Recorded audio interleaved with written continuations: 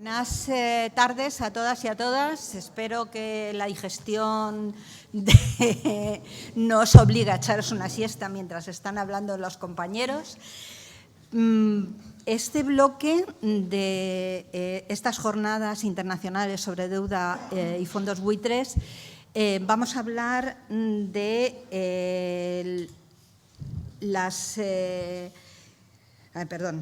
de los sectores básicos esenciales para la ciudadanía. ¿Qué son estos sectores básicos? Pues fundamentalmente todo lo que llevamos algunas y algunos trabajando en ello, que es toda aquella tarea de cuidados que afecta a nuestra vida cotidiana. Son unos de los sectores, son los sectores básicos de la ciudadanía. David Harvey define los cambios neoliberales producidos en los países occidentales de los años 70 como acumulación por desposesión.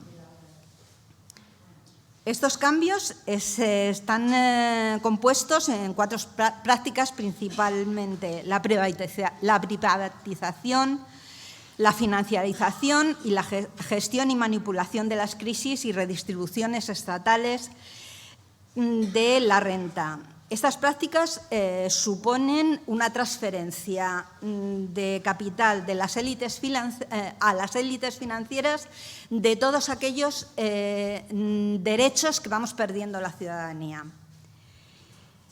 En alguna medida, esta financiarización de los sectores básicos de la ciudadanía es de lo que vamos a hablar ahora mismo, cómo se está transfiriendo ese capital que eran derechos a los fondos financieros. Vamos a empezar con Laura.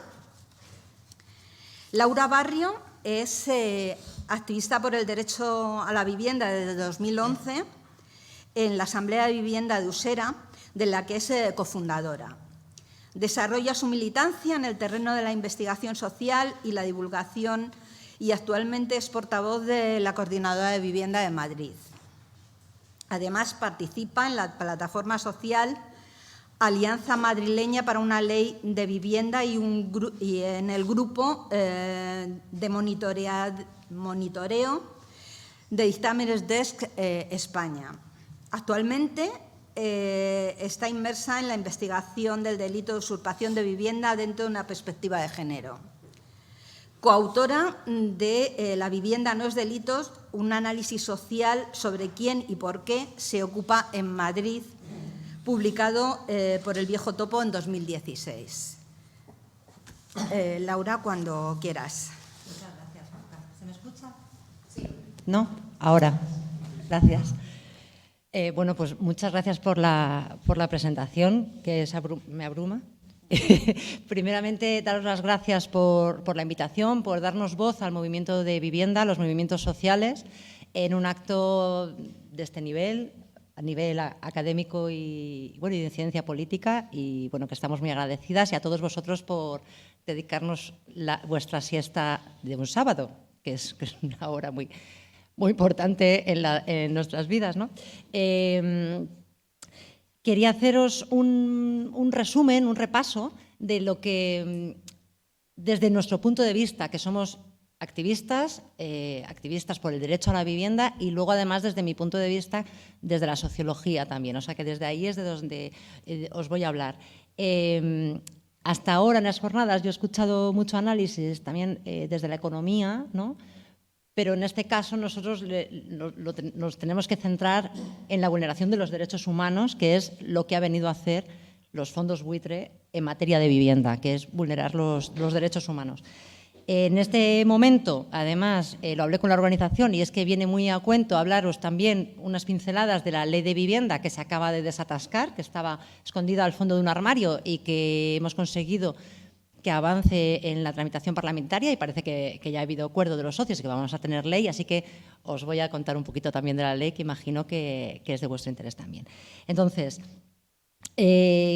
¿por qué tenemos una ley de vivienda que, en cierto modo, venden que va coaccionar o a limitar un poco la acción de los fondos buitre. Tenemos una ley de vivienda y gracias a los movimientos sociales. Y esto hay que decirlo así porque desde que se compuso digamos, el gobierno de coalición, traían en su programa el tema del derecho a la vivienda impulsado por toda una trayectoria de movimientos sociales que veníamos reivindicando esto.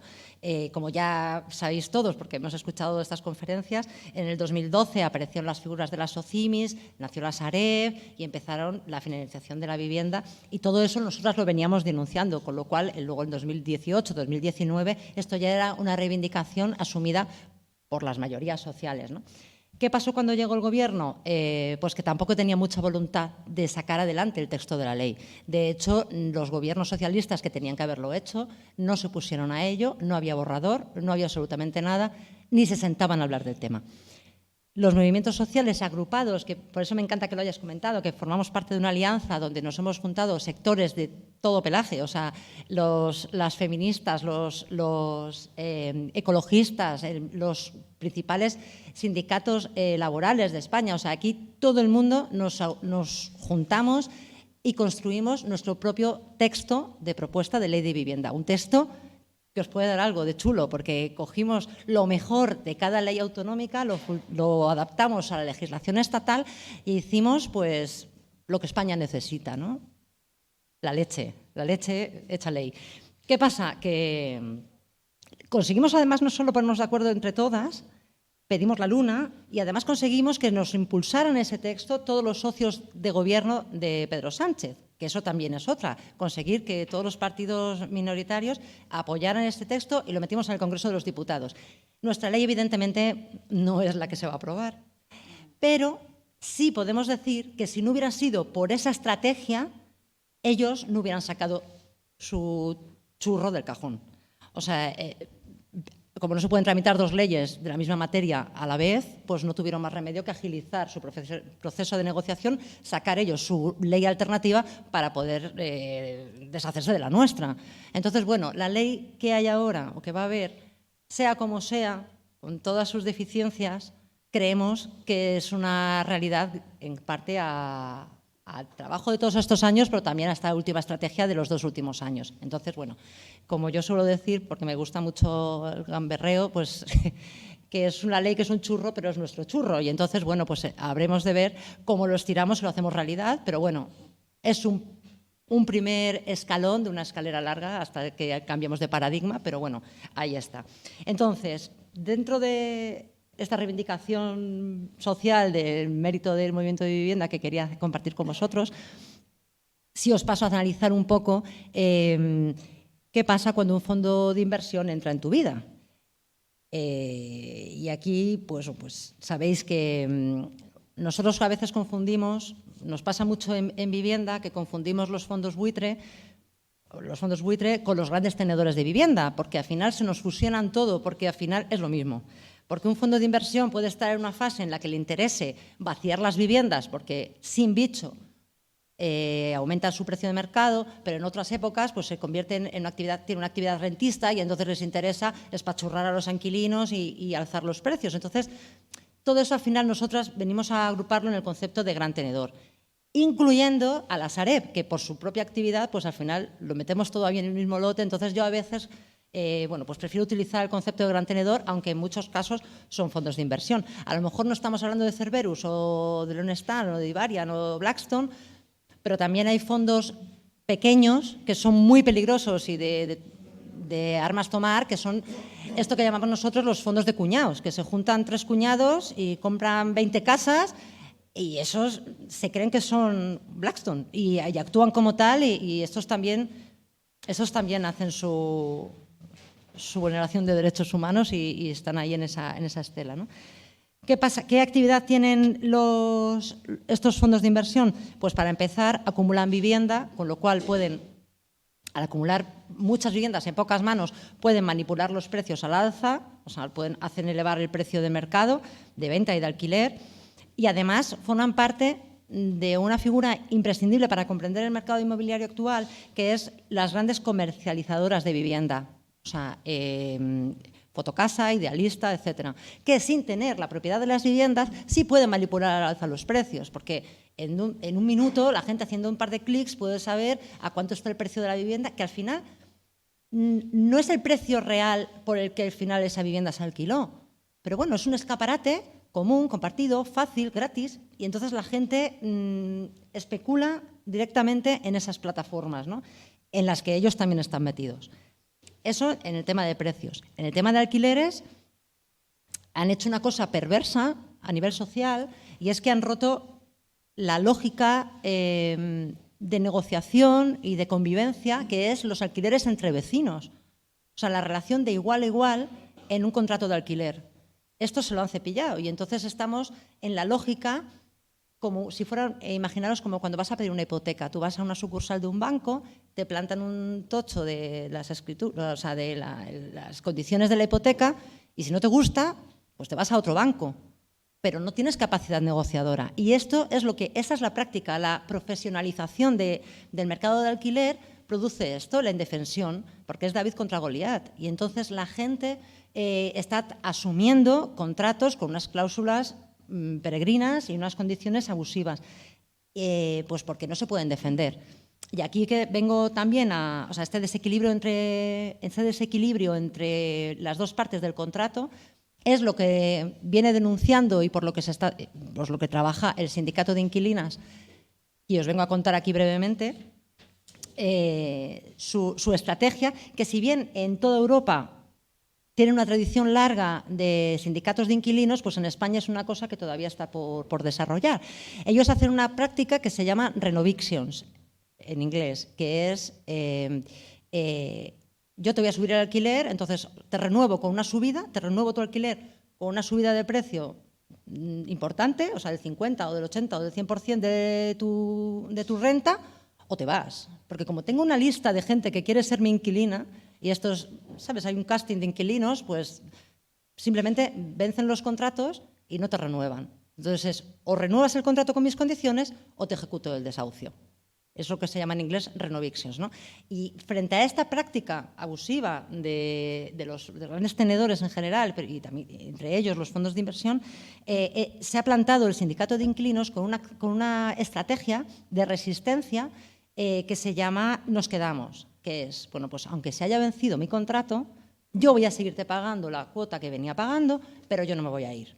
Y esa resistencia como arma de presión es la posesión del inmueble. Mientras yo esté dentro, bueno, pues vamos a intentar mientras no rompa las condiciones del contrato, que son el pago de la renta, pues más o menos jugamos con esa presión, y con esa estrategia sí que se han conseguido negociar colectivamente con Blackstone algunos bloques de vivienda y tal. Bueno, pues esa estrategia al final es una prueba piloto que se está haciendo, pero que creemos que es una vía importante a desarrollar. Exactamente igual que existen los sindicatos de trabajadores, entendemos que en esta desigualdad entre las partes contractuales hace falta una herramienta legal que permita representar y negociar colectivamente a todo un sector del inquilinato, si es que vamos a seguir en esta deriva de acumulación de viviendas en pocas manos, ¿no? Y bueno, a todo esto, que el sindicato de inquilinos tiene una figura jurídica que le hemos hecho de aquella manera, porque legalmente esa figura no existe en España, o sea que nos queda mucho trabajo por andar, pero sí os lo cuento porque creo que es interesante que le sigáis la pista a la actividad del sindicato, porque yo creo que dará mucho que hablar en los próximos años, ¿no? Luego, la siguiente pata de vulneración del derecho a la vivienda en manos de los fondos buitre, evidentemente, son los desahucios. Ellos, a ver, ¿cómo os lo digo? Ellos suelen trabajar de una manera, o sea, tienen prácticas de acoso que están fuera de la judicialización. Quiero decir, ellos ya te empiezan a presionar con que tienes que abandonar tu vivienda antes de que te venza el contrato. O sea, es un acoso, es una presión. Contratan empresas de desocupación, te vienen mediadores amenazando con cosas muy extrañas, o sea, asustan a la gente, meten miedo a la gente. Y esos son al final desahucios silenciosos, o sea que o bien renuevas con las condiciones o te vas a otro sitio, pero al final vienen siendo prácticas de acoso que no se denuncian y son desahucios silenciosos que no se computan. Y esto es la práctica habitual. Entonces, tampoco podemos medir, si es que hubiera estadística, que no las hay, registros, cuántos desahucios produce un fondo de inversión porque están bajo el radar. O sea, se producen de manera silenciosa. No me vas a renovar, pues yo no quiero problemas, yo me marcho, ¿no? Y eso sí que es peligroso y eso hay que denunciarlo, ¿no? Por eso luego la ley, como veréis, la ley de vivienda, pues no les afecta mucho, porque es que estos van por libre, las leyes no están hechas para ellos, están hechas para otro tipo de tenedor, ¿no? Otra práctica peligrosa que tienen los fondos de inversión es contratar mediadores. Por ejemplo, en las viviendas que están ocupadas, contratan mediadores que ofrecen incentivos económicos para que vacíen la casa. O sea, estás ocupando una vivienda, intentando regularizar tu situación, intentando conseguir un alquiler social, y ellos lo que te dicen es, te doy 3.000 euros y entonces tú te vas. Yo, que tengo pendiente una investigación, pero ya he hecho un primer análisis, si siguiéramos esta pista del dinero dónde va, pues se podría deducir que el dinero que los fondos de inversión a través de las empresas de mediación ofrecen a los ocupas va directamente a las mafias ocupas. No a las familias vulnerables que viven en las viviendas ocupas, digo a las mafias ocupas que cobran ese dinero para abrir puertas.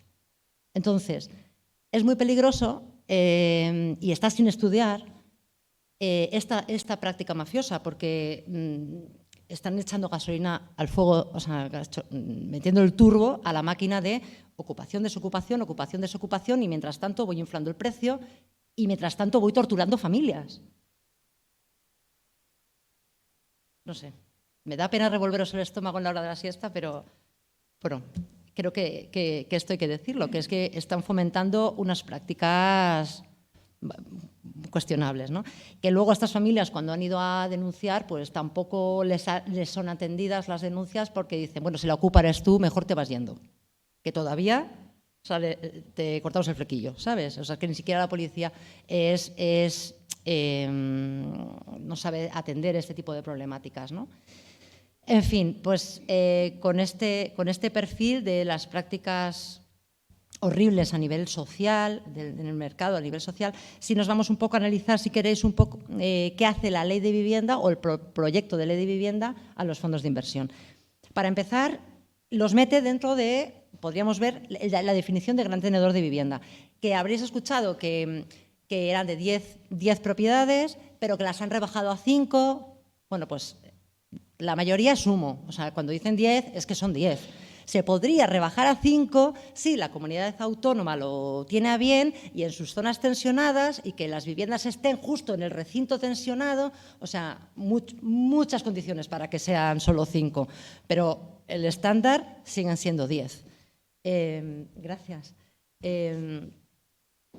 O sea, que muchas medidas, pues a los grandes fondos sí les van a aplicar, pero a los pequeños ya os digo que buscarán la manera de que no, si no tienen concentrar las viviendas en un mismo barrio, no les va a aplicar. Una obligación de información, que también lo vemos cuestionable, que lo puedan cumplir, porque es que ya sabemos que su actividad es opaca. La propia Sareb, si los metemos en este lote, pues es completamente opaca y les da lo mismo. Aparte que la actividad tan frenética que tienen de compra y venta, probablemente cuando nos llegara la información, si es que nos llega, estaría desactualizada. Porque nosotros sí vemos que cada 6 meses cambian de propietario. Entonces, bueno, pues para cuando nos quisiera llegar la información, pues igual está un poco pasada de rosca. Y luego hay una herramienta que por un lado nos podría poner contentas porque nos sienta enfrente a un mediador de un fondo social que hasta ahora para nosotras son invisibles porque es un fondo ruso que tiene la sede en no sé dónde y que son gente invisible e imposible de contactar.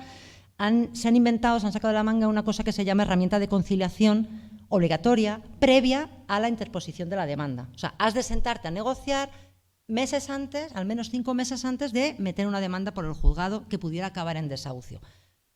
Esto, que suena muy bien en los mundos de Yupi, en la práctica, pues simplemente creemos que se va a traducir en, pues me cuesta, hola, soy Blackstone, me cuesta 50 euros más desahuciar a cada familia, que es lo que me va a costar el abogado de cada localidad que atienda a estas mediaciones, porque como no obliga la ley a nada, ni a un porcentaje mínimo de estos casos que puedan paralizar los desahucios, ni que puedan acabar en una solución habitacional estable, y no obliga a nada, pues va a ser un poco torturar a las familias 5 meses más. y 5 euros más de coste de desahucio. Y luego otras medidas como pueden ser el incremento del IBI y estas cosas, pues también está acotado en la ley a máximo un 10% de las viviendas con máximo valor catastral, tal, que al final se libran todas, ¿no? En todo caso, las noticias que tenemos ahora es que los fondos se están marchando, o sea, que se van a marchar. Según nos hablan de Blackstone, tienen un montón de contratos de alquiler que los van a dar a término y que se los van a expulsar a las familias. Tienen 14.000 hipotecados que van a acabar también fuera de sus viviendas y 1.600 casos de inminente ejecución de desahucio forzosa de aquí a diciembre. Se están haciendo las maletas para irse. Las viviendas que nos han anunciado que nos van a dar la Sareb, por meterlo todo en el mismo lote del gran tenedor, pues también, si leéis algunos artículos recientes que han salido, en El Salto, por ejemplo, ha salido uno esta mañana, haciendo un análisis de qué viviendas son, pues están ocupadas o tienen contrato o están sin construir. O sea, que tampoco os creáis lo de las 50.000 viviendas. Y quiero decir, me explota la cabeza, o sea, ¿qué solución podríamos tener, no? Y aquí me toca decir un poco la pregunta que os lanzo yo a vosotros y que deberéis compartir a vuestra gente para que nos lo hagamos mirar todas, es qué batalla cultural está pendiente. O sea, a mí me vuelve loca pensar que nos están vulnerando nuestro propio derecho a la vivienda y que aún así sale una ley de vivienda que con todas las limitaciones del mundo, pero es una ley de vivienda que sí podría cambiar un poco la vida de la gente, o por lo menos en los casos más extremos.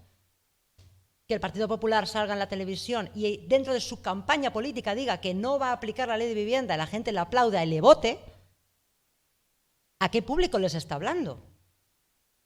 Pues yo lo que creo es que en todos estos 10 últimos años sí han hecho un trabajo cultural, y les ha salido muy bien, que es alinear la mentalidad de la gente con los intereses de Blackstone. O sea, cuando hablan de los intereses de los grandes fondos, la gente se cree que hablan de ellos.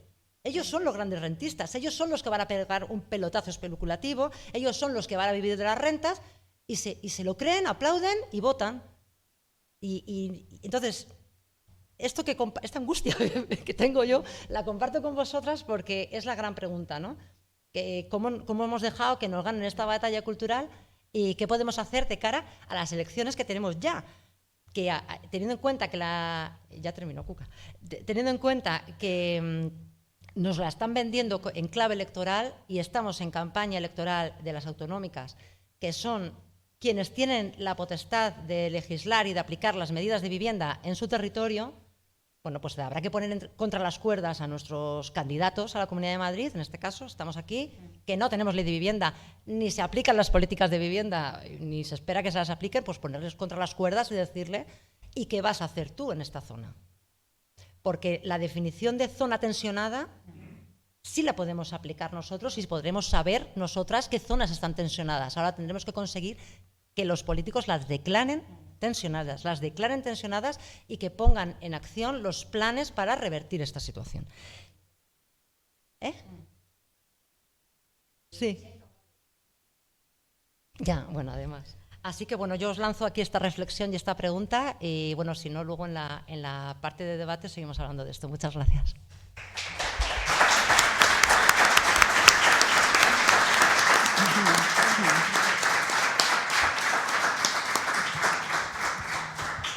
Gracias, Laura. Creo que una de este último planteamiento que tienes tú es una batalla cultural que Daniel Bernabé llamaba lo de la clase media aspiracional, es decir, que en alguna medida hay bastante menos clase media de las que se autodenominan clases medias y que por eso es una batalla cultural que tenemos que transformar. Ahora le voy a pasar la palabra a Manuel Rico. Es periodista, yo soy muy fan de Manuel Rico, periodista con más de 30 años de trayectoria profesional, ha sido subdirector de Tiempo, subdirector de Público, director de Infolibre. Desde marzo de 2020 es director de investigación de Infolibre. donde publicó más de medio centenar de informaciones exclusivas sobre los dueños y el negocio de las residencias. Los protocolos del Gobierno de Ayuso que impidieron el traslado de mayores enfermos a los hospitales o el desvío del dinero al paraíso fiscal de Jersey mediante operaciones irregulares por parte de DomusVi, el principal grupo del sector residencial. Es licenciado en Periodismo por la Universidad de Navarra, máster en Comunicación de la Universidad de Columbia, Missouri, donde estudió con la beca Fulbright. También es graduado en Derecho por la UOC y miembro del Colegio de Abogados de Madrid. Y es autor del libro Vergüenza, el escándalo de las residencias, publicado en 2021. Manuel. Nada, muchísimas gracias por la generosa presentación. Ya debería terminar aquí, porque a partir de ahora todo lo que digas solo puede empeorar esa imagen que has presentado, ¿no? Bueno, yo voy a intentar centrarme en lo que pone el título, ¿no? Fondos de Private Equity haciendo negocio con las personas mayores. Lo primero, ¿por qué he puesto ese término horrible, Private Equity?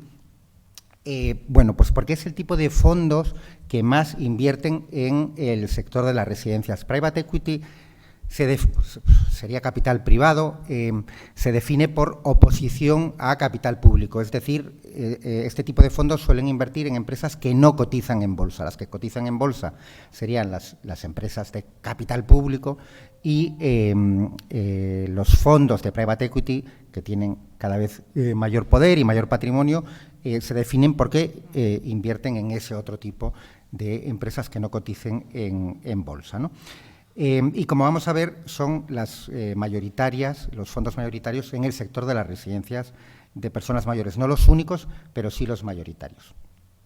Bueno, quería empezar por un poco de contexto, ¿no? En España, y en otros países europeos, pero desde el siglo XIX hasta el final del franquismo, existían eso que se llamaban asilos, que bueno, como aquí unos cuantos ya tenemos alguna edad, pues lo recordaremos, pero bueno, que este era un concepto de beneficencia, de, bueno, pues acoger a personas que están completamente solas o que no tenían familia, bueno, un concepto de beneficencia y además controlado básicamente por la Iglesia y en concreto por congregaciones de monjas, ¿no? Eso cambia cuando llega la democracia, se cambia lentamente para empezar, se empieza a crear el estado de bienestar y sobre todo en los años 80 se construyen bastantes residencias públicas y de gestión pública. A esto se le da un frenazo al principio de los 90, bueno, recordaréis la crisis del 93 sobre todo, pero bueno, como pongo ahí, en 1988 prácticamente la inversión de dinero público para residencias, grupos de residencias privados, era mínimo, insignificante realmente. Y hoy supera los 2.000 millones de euros anuales. Ese es el salto que hemos dado en algo más de 3 décadas en cuanto a transferencia de dinero público al sector privado, ¿no? Esa transferencia, como pongo ahí, en el sector de la residencia se produce básicamente a través de 2 vías. Lo que se llama la concertación de plazas, que es que la Administración compra una serie de plazas en una residencia concreta y luego envía allí a personas a las que se le haya reconocido el derecho a recibir la asistencia residencial. Esta vía se puso en marcha por primera vez en el año 89 en España. Y la concesión de la gestión integral de las residencias, que es eso que en términos administrativos se llama gestión indirecta, que es que formalmente, la residencia, no formalmente, la residencia pertenece a una administración, es pública la titularidad, pero su gestión es privada, la gestión del centro completo. Esto, la primera vez que se puso en marcha fue el año 93 y luego fue avanzando, bueno, pues lentamente y en las últimas 2 décadas ya de forma más acelerada, ¿no? Y, como pongo ahí, el proceso de mercantilización de los cuidados de los mayores se aceleró en la última década muchísimo con el aterrizaje en España de los fondos de private equity. Bueno, voy a plantear una serie de preguntas y a ver si soy capaz de darles respuesta, ¿no? ¿Por qué se fijan los fondos en las residencias? Los fondos tienen mucho dinero porque el sector de las residencias de mayores en concreto les parece interesante, ¿no? Y hay 5 causas, yo creo que muy claras, ¿no? La primera, que es una buena, algo bueno que ocurrió, con todos los matices, que fue la aprobación de la Ley de Dependencia. Desde el punto de vista de los fondos, eso garantiza mayor financiación pública para el sector privado. Yo creo, obviamente, que la Ley de Dependencia fue positiva, fue el reconocimiento de un derecho subjetivo. Otra cosa es que luego falló, probablemente también por el momento en que se aprueba, 2006, a las puertas de la enorme crisis que está ahí en el 2008, pero falló durante años la financiación y, bueno, y cuando llegó Rajoy al Gobierno no es que fallase la financiación, sino que directamente se la cargó. Yo creo que es algo inaudito, y hablando de la guerra cultural, en las elecciones que gana por mayoría absoluta Rajoy en el 2011, concede una entrevista 4 días antes de las elecciones al País, que el titular era «La ley de dependencia no es sostenible», ¿no? O sea, es asombroso la conciencia que tenían de que eso no les iba a afectar, que alguien 4 días antes de votar le dice a los ciudadanos que se va a cargar parte de los derechos que tienen porque la ley de dependencia no es sostenible. Bueno, pues esto ocurrió en nuestro país. Segunda razón, el envejecimiento de la población. También es algo positivo en general que vivamos más años, casi todos es positivo que vivamos más años, algunos no pasaba nada porque vivieran menos, pero bueno, la mayoría sí. Y por lo tanto, desde el punto de vista de los fondos, eso es demanda asegurada, ¿no? Lógicamente. España lleva años que está entre los, a veces yo creo que el primer lugar, el segundo, tercero, de mayor esperanza de vida del mundo, con lo cual eso es también positivo desde el punto de vista de los fondos. Tercero, un sector muy atomizado. Esto para los fondos también es bueno porque como los fondos realizan inversiones, pero por contrato, con quienes ponen el dinero, inversiones temporales. Una inversión temporal de no más de 10 años. Bueno, cuando hablo de fondos hablo siempre de estos, de private equity, en el que los 2 primeros años es la captación de recursos. Una vez que tienen los recursos, que los inversores les pueden poner condiciones. Por ejemplo, los recursos que te vamos a dar solo los puedes utilizar para comprar vivienda en Europa. Bueno, lo que sea, le ponen una serie de condiciones. En los 5 o 6 años siguientes invierten en determinados negocios, con la idea de a los 5 o 6 años vender, dando el mayor pelotazo posible. Eso es, digamos, que la vida de una inversión tipo de un fondo de private equity. 2 años de captación de dinero, la inversión y luego la venta.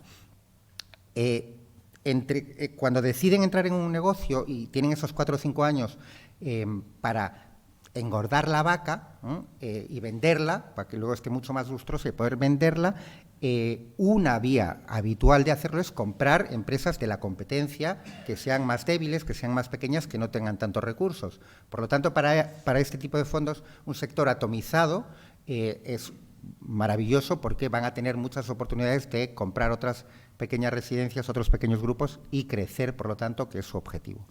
El cuarto factor es que es un negocio que genera un elevado flujo de caja. Todos los meses las personas mayores o las administraciones, si de alguna manera ayudan a esa persona a pagar la residencia, bueno, pues pagan. Por lo tanto, ese elevado flujo de caja es muy importante para ellos porque las operaciones de compra las suelen hacer, bueno, el término en inglés es LBO, compra apalancada, en las que se endeudan muchísimo y por lo tanto para ellos es absolutamente necesario, bueno, no es necesario, pero es mucho mejor entrar en un negocio que tenga mucho flujo de caja porque les ayuda a repagar la deuda.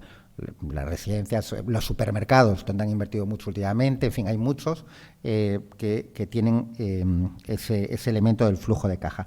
Y el quinto factor, porque estos 4 se podrían compartir con otros países europeos, al menos parte de ellos, el quinto es un factor completamente hispano, que es el hundimiento de las cajas de ahorros. Que puedes decir, caramba, ¿por qué relaciona este tipo las cajas de ahorros con los fondos? Bueno, la respuesta es sencilla, ¿no? En 2010, las cajas eran accionistas principales, significativos, de 5 de los 9 grupos que había en 2010 en España. 5 de los 9 principales grupos tenían como accionista de referencia a las cajas de ahorros. Os voy a leer los nombres porque enlaza con otra de las cuestiones, es que de las 5, 4 ya no existen. ¿Por qué? Porque se fueron fusionando, han cambiado de nombre, ¿no? Los 5 eran Coevitae, AMA, Sanirres, Geriatros y Vitalia Home. El único que sigue existiendo ahora con ese nombre es Vitalia Home. Todos esos 5 grupos terminaron o en manos de fondos de private equity o de multinacionales, ¿no? Por lo tanto, digamos que hubo un factor añadido que les ayudó a crecer de forma muy potente. Yo analicé con detalle, quiero decir, la propiedad de las 5.300 residencias que había en España cuando llegó la pandemia, porque, lógicamente, no voy a entrar en eso, lo sabéis, la brutalidad que ocurrió con la pandemia, en la primera ola, en las residencias de mayores, y entonces, bueno, pues analicé la propiedad de las 5.200 y pico residencias que había operativas en ese momento, ¿no? El dibujo que sale es que había 8 grupos claramente hegemónicos, son datos de diciembre de 2020. Bueno, los tenéis ahí. Hay 3, Domusvi es con diferencia el grupo más potente en España, es el único que tiene residencias en las 17 comunidades autónomas. Bueno, y voy poniendo quién es el accionista principal. Domusvi, fondo de private equity. Orpea, que es el grupo principal en Madrid, en la Comunidad de Madrid. He puesto ahí un asterisco porque hace un par de meses, el accionista principal era un fondo de pensiones canadiense, no un fondo de private equity, pero bueno, ha intervenido el Estado francés porque si no quebraba, y ahora el principal accionista son entidades públicas francesas, aunque entidades públicas no significa que vaya a cambiar la gestión y vaya a ser pública, no tiene pinta que eso ocurra, pero bueno, ese es el motivo del asterisco. Bueno, Vallesol, Modesto Álvarez, ligado a una de las principales empresas aseguradoras de España, Vitalia Home, también un fondo de private equity, Sanitas, que depende de una entidad sin ánimo de lucro, pero bueno, esto en el Reino Unido si les preguntas te explican en qué sentido Bupa tiene ánimo de lucro o no. Amavir, una de las familias más ricas de Francia, la familia Moulier, Colisée, fondo de private equity también, y Clece, de Florentino Pérez, no requiere presentación. Bien, estas son las camas que controlaban, entre estos y los 15 grupos siguientes, controlaban más del 25% del total de camas del sector residencial. Las cifras ahora son mucho mayores, porque en estos 2 años y medio, la mayor parte de las residencias que se han abierto en España pertenecen a los grandes grupos, porque obviamente estamos en ese proceso en el que seguimos de concentración del sector, que no significa otra cosa que los que tienen más dinero compran a los más pequeños, ¿no? Bien, vivir de los impuestos y no pagar impuestos. Los fondos de private equity, como comentaba, realizan inversiones temporales. Se trata de un negocio con un fuerte componente financiero, ¿no? Por esas operaciones de endeudamiento, de apalancamiento. Bueno, como es obvio, las ratios que preocupan a los gestores de los fondos, que no los dueños, porque una cosa son los gestores del fondo y otra los dueños que realmente ponen el dinero. Los gestores de los fondos suelen tener un 1 o 2%, una pequeña cantidad también, o sea, son pequeños accionistas, pero básicamente ellos gestionan y su salario, su remuneración está muy ligada al beneficio final que se obtenga en las operaciones. Por lo tanto, su objetivo principal de los gestores es dar el mayor pelotazo posible. Como en términos financieros, sus intereses están completamente alineados con los de los accionistas, que también es ganar el máximo dinero posible, ¿no? Entonces, bueno, esto no es que lo diga yo, pero las ratios que le preocupan, obviamente, no son las de personal, que son las ratios que más deberían preocupar en una residencia, sino pues las tasas internas de rentabilidad, los beneficios por acción, pero eso no es que lo diga yo, se puede comprobar entrando en la página web de cualquiera de esos fondos que tengan inversión en residencias y se ve de qué presumen, y obviamente presumen de eso, de que han dado un pelotazo X o que la tasa de retorno o la tasa de beneficio para los accionistas es muy alta. La mayor parte de los casos crean estructuras societarias complejas que acaban en paraísos fiscales. La que figura ahí era la estructura que tenía Domusvi en el año 2020. Ahora han cambiado parte de las empresas porque hubo una operación de ampliación de capital muy potente, con lo cual es todavía un pelín más compleja, pero lo que veis en esa estructura es que desde la empresa, lo que está aquí en la base, ¿no? La empresa de la persona mayor, ¿no?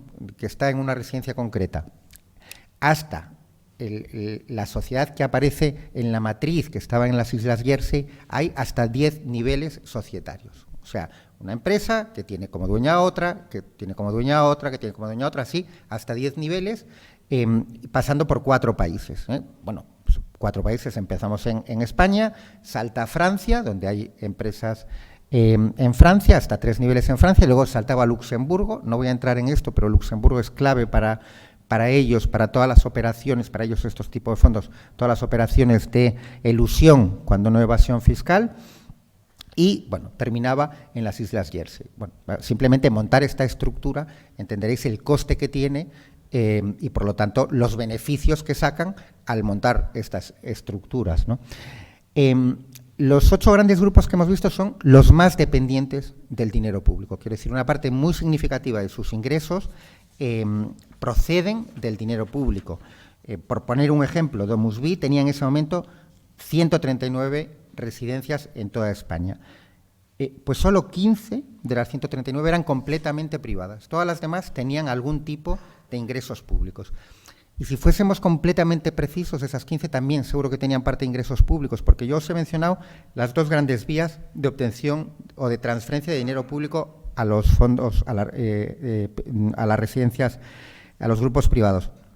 Hay una tercera que es el cheque residencia, que no lo he contemplado, pero que hay comunidades donde Castilla y León, por ejemplo, donde es muy potente, que también es otra vía, además con un claro elemento de injusticia económica, pero también de transferencia de dinero público. Pero bueno, el ejemplo, simplemente quedándome ahí, de 139, solo 15 tenían plazas completamente privadas, no financiadas con dinero público. Y bueno, la conclusión es obvia, es lo que pongo ahí, la auténtica paradoja, ¿no? Quienes montan estructuras transnacionales que tienen solo 2 objetivos, pagar menos impuestos y la opacidad, que no haya transparencia, al final son quienes viven en gran medida del dinero que los estados recaudan gracias a los impuestos. Bueno, esto para mí es una parte clave, ¿no? Lo que llamo el estado ausente. Y es fundamental para los fondos el estado ausente a la hora de invertir. Una administración podría hacer 4 cosas, 4 actividades en el sector de las residencias de personas mayores y en otros sectores, en otros servicios sociales, sin ninguna duda. El obvio es dar el servicio, que la gestión sea pública, ¿no?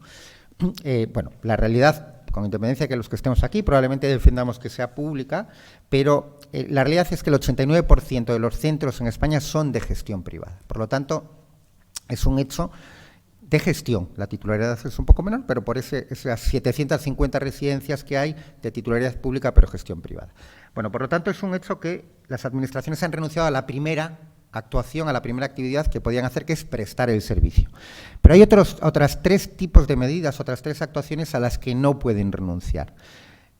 La legislación, de momento, por fortuna, la legislación sigue dependiendo de órganos públicos, no hay legislaciones privadas, como en la Edad Media, y por lo tanto podemos exigir que haya legislaciones exigentes, ¿vale? Y las inspecciones efectivas, porque aparte de legislaciones exigentes necesitamos que haya inspecciones para comprobar que esa legislación se cumple, y sanciones ejemplares, porque obviamente si de las inspecciones se deduce que alguien está cometiendo una sanción, pues hay que sancionarlo y que realmente sea ejemplar en el sentido de que la sanción no incentive a seguir cometiendo irregularidades.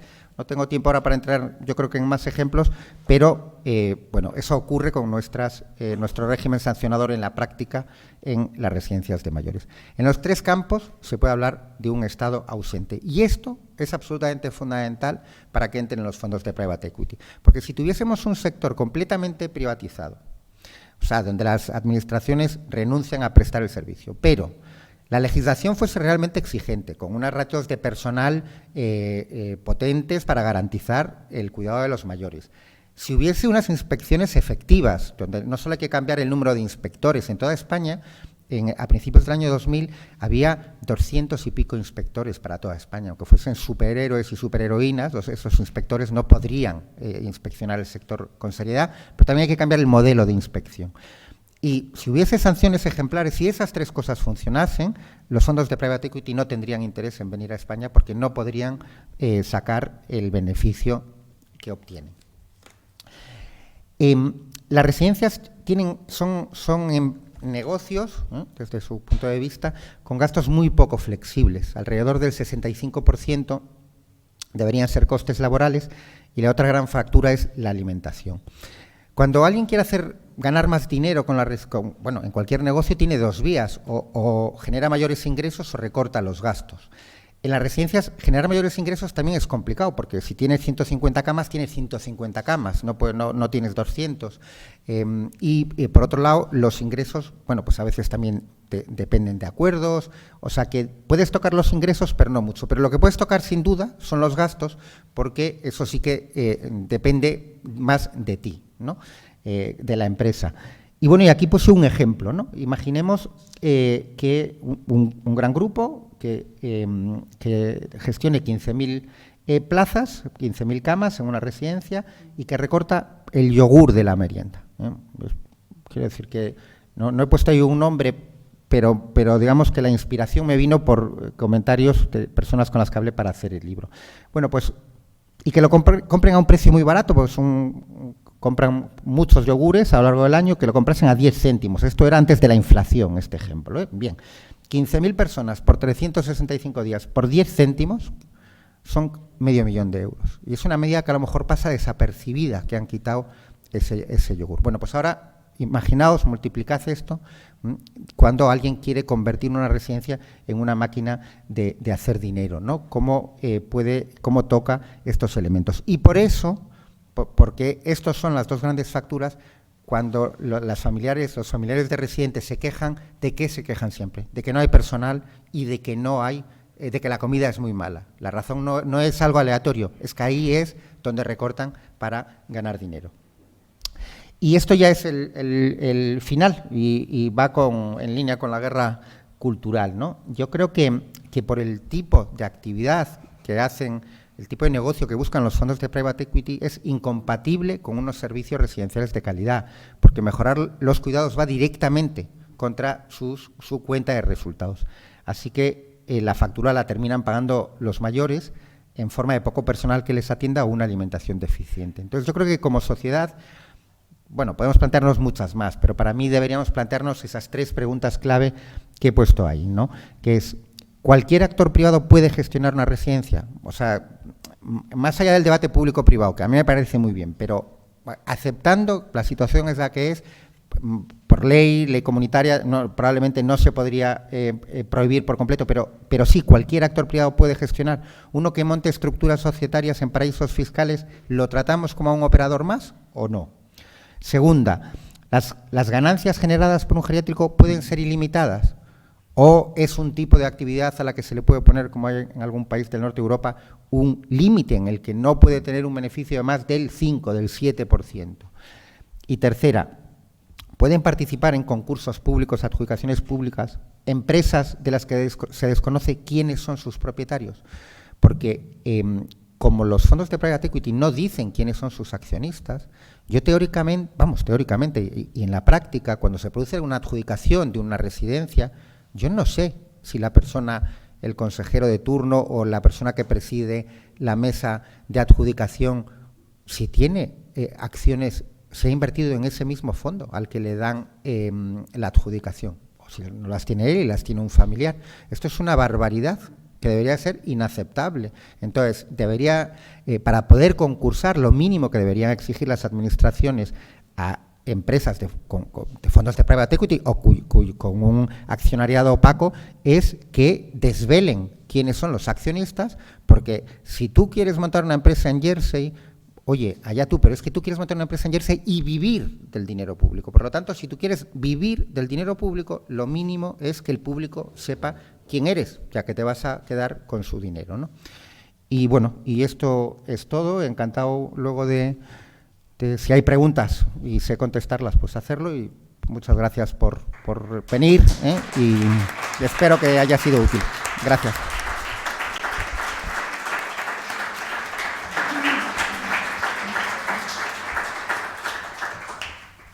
Muchas gracias, Manuel. Yo voy a meter aquí una morcilla porque veo que una de las cosas que se han olvidado en toda la programación de esta estas maravillosas jornadas, es la incidencia de los tratados de mal llamado libre comercio en todas estas cuestiones, porque ha hablado Manuel de que no existe una ley privada, pues en alguna medida los tratados de libre comercio es una legislación privada en la que no hay capacidad de modificación por parte de los Estados de la regulación, porque si no los accionistas se enfadan y demandan al Estado.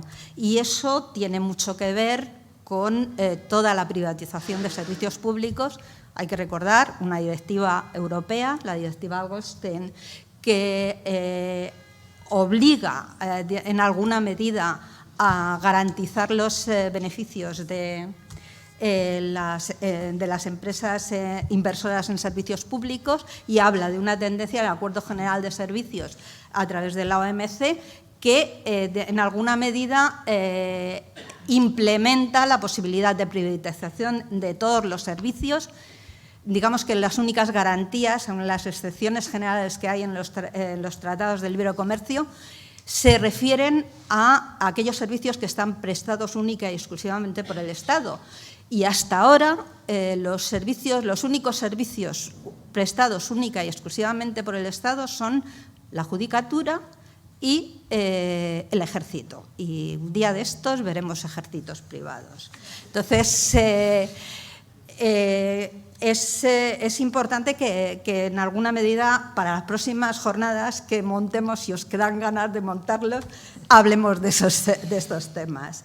Y sobre todo porque ahora mismo vamos a hablar de un tema que es los fondos buitres y la transición energética, que tiene mucho que ver con un tratado de la Carta de la Energía que precisamente está machacando a España a través de ese tratado. Entonces, el compañero Alberto Martín, que es miembro del área de la energía de Ecologistas en Acción, ingeniero agrónomo, especializado en medio ambiente y ordenación al territorio, máster en tecnologías de información geográfica, ha trabajado durante 5 años en la Fundación de Investigación del Clima, en proyectos de adaptación al cambio climático y también como consultor medioambiental y analista de sistemas de información geográfica y técnico de teledetección. Actualmente trabaja en el ámbito de la conservación de la naturaleza. Ha escrito un montón de artículos que no os voy a leer todos sobre el tema y también participa en un podcast de ecologismo y ciencia ficción que se llama Solarpunk. Adelante, Alberto. Bueno, pues muchas gracias. Yo en mi intervención voy a intentar describir la relación o algunas de las relaciones que hay entre la transición energética y el mundo financiero y señalar algunos discursos y algunas dinámicas y algunos conceptos actuales. Hay que tener en cuenta que una actividad principal del mundo financiero está relacionada con la financiación del sector fósil, que sigue contribuyendo a día de hoy en agravar la crisis climática y en frenar cualquier iniciativa que pueda impulsar el cambio de modelo que necesitamos, y que es un sector fósil que sigue llevando a cabo operaciones de greenwashing y de lavado de su imagen para parecer que apoyan una transición a un modelo renovable, aunque no es así. Pero hoy no voy a hablar de eso, porque yo creo que eso ya lo conocemos y que eso ya lleva pasando muchas décadas, y me voy a centrar más en las falsas soluciones a la crisis climática que se están llevando a cabo desde los mercados financieros y a toda la parte financiera del capitalismo verde, más allá de los combustibles fósiles, ¿no? Pero yo creo que no hay que perder de vista esto que he comentado al principio. Entonces, quería comenzar con un ejemplo. En 2020, BlackRock, que es la mayor empresa financiera de gestión de activos del mundo, en su carta anual anunció que el cambio climático pasaba a ser un eje fundamental de su estrategia de inversión y que en un futuro próximo habrá una significativa reasignación de capital para colocar la sostenibilidad en el centro de nuestra posición de inversión, ¿no? Esto es una cita literal. Entonces, yo creo que este anuncio, que luego ha sido muy corregido después de la crisis del COVID y después de la guerra de Ucrania, han moderado mucho esta posición, pero yo creo que aquí se intuye pues, un cierto ajuste que desde los mercados financieros se está llevando a cabo para afrontar la crisis climática en un contexto de financiarización. Y entonces, bajo este contexto, hay una serie de actores que están buscando establecer un nuevo ciclo de apropiación y de acumulación bajo el paradigma de la transición energética y de la sustitución de los combustibles fósiles por energías renovables. Y se están asimilando pues, a una serie de demandas ecologistas para cooptar la acción climática y alinearla con los intereses actuales del sistema económico. Y este proceso de financiarización de la transición energética, que es un proceso de mercantilización, de creación de nuevos mercados, de nuevos activos y de nuevos circuitos que están ampliando el espacio de actuación del capitalismo, y en términos generales, pues bueno, estos procesos de mercantilización están ocurriendo gracias a una serie de herramientas más o menos innovadoras que luego voy a intentar comentar, que amplían la capacidad de actuar de los mercados, en este caso en el ámbito de la naturaleza y de los ecosistemas. Y para poner en marcha este proceso de mercantilización de la naturaleza, actualmente hay muchísimas iniciativas y muchísimos proyectos que están orientadas a definir y asignar una serie de costes a determinadas actividades y una serie de ingresos a determinadas actividades en función de cuál es el impacto ambiental que tienen. De modo que se están generando derechos de cobro u obligaciones de pago que servirían para que a través de procesos de titulización se puedan convertir en activos financieros que luego se pueden revender como valores desde una perspectiva especulativa. Y el ejemplo más claro son las empresas que se dedican a hacer reforestaciones y que en función del CO2 que supuestamente los árboles van a capturar a lo largo de las próximas décadas después de la reforestación, pues se generan créditos de carbono que se venden a empresas para compensar sus emisiones, pero que muchas veces, en lugar de compensar esas emisiones, a lo que se dedican estos créditos es a revenderse una y otra vez desde una perspectiva especulativa para generar plusvalías más allá del uso productivo que pudieran tener.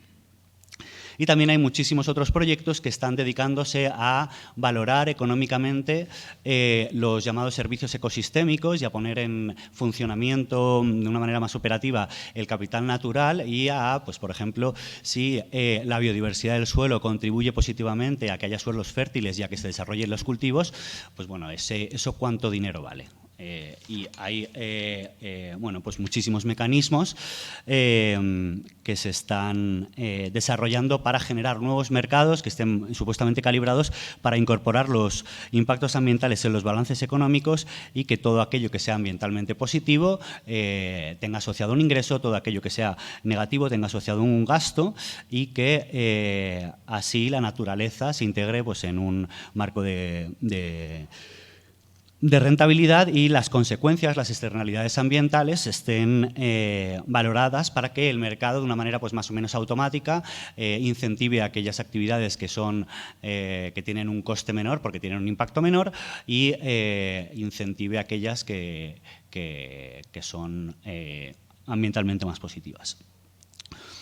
Y desde este enfoque se suele analizar la crisis climática como un problema de coste-beneficio, donde lo que hay que hacer, parece que únicamente, es comparar cuáles son los gastos, cuál es el coste de hacer una transición a un modelo renovable y cuáles son los costes asociados a la crisis climática por los impactos de la crisis climática. Y estos análisis de coste-beneficio, que se están generalizando mucho en el ámbito de la adaptación al cambio climático, al final lo que proponen es resumir las tomas de decisiones a una elección racional según un criterio económico donde tenemos, pues, por un lado, el gasto que tenemos que asumir para adaptarnos al cambio climático, ¿no? Y construir pues, infraestructuras o determinadas soluciones que minimicen los impactos de los eventos meteorológicos extremos, de las inundaciones, de las sequías, y por otro lado tenemos el gasto que tendríamos que asumir si no nos adaptamos, ¿no? Entonces, lo único parece que hay que hacer desde estas posiciones es comparar ambos gastos y elegir el que desde un criterio económico sea más rentable, ¿no? Y al final todos esos modelos son muy torpes para describir la realidad y para ofrecer un marco justo y adecuado para tomar decisiones, y lo único que hacen es lo que están haciendo es invisibilizar cómo se toman estas decisiones y distanciar todos estos procesos de la gente. Y por ir al detalle del proceso de financiarización de la transición energética, quería poner otro ejemplo. Kirsten Dunlop, que es la directora del Climate Kick, que es una institución europea de innovación y cambio climático, decía en una entrevista en 2019 lo siguiente: Para mí, una de las claves para movilizar el capital que necesitamos para contrarrestar el cambio climático es rediseñar todo el sistema financiero para llevar a su interior la cuestión de la sostenibilidad de la existencia humana. No la sostenibilidad de las empresas individuales ni la sostenibilidad del crecimiento y retorno de las inversiones a corto plazo de las empresas individuales. Entonces se plantea que no solo hay que aportar capital a empresas que supuestamente tengan una actividad más o menos sostenible, sino lo que hay que hacer es definir el valor de aquello que se está poniendo en riesgo por la crisis climática. Entonces, desde esta perspectiva, parece que lo que hay que hacer es compensar los mecanismos de descuento que actualmente están funcionando para trasladar el coste de la crisis climática hacia el futuro y hacia otros países o hacia otros sectores. Entonces, esta perspectiva lo que pretende es desarrollar una serie de mecanismos que lo que permitan es valorar adecuadamente el valor actual del coste futuro de la crisis climática.